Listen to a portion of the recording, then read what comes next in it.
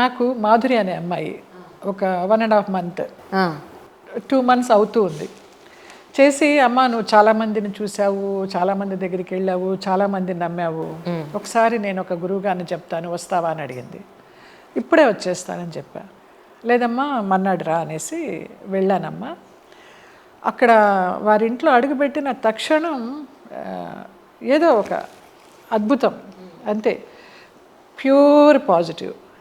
అస్సలు ఎంత నెగిటివ్ అనేది అనిపించలా, పాజిటివ్ వైబ్స్ తెలిసిపోతుంది. అది ఆయన నాకు దేవుడిచ్చిన తమ్ముడుగా భావించాను. తమ్ముడు అని పిలిచేశాను. ఆయన కూడా అంతే ఆప్యాయంగా నోరారా అక్క అని పిలిచారు.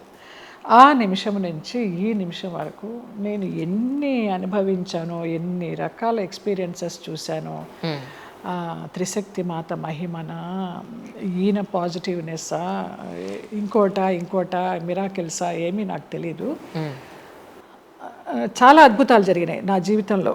స్టిల్ ఇప్పటిదాకా కూడా జరుగుతూనే వచ్చాయి. ఒక్కొక్క రోజు ఒక్కొక్క ఎక్స్పీరియన్స్ చూపిస్తూ వచ్చారు. నువ్వు ప్యూరిటీ అవుతున్నావు, నీకు ఇది చెయ్యాలి అని. నాకు ఎన్నో ఇన్సిడెంట్స్ అమ్మా.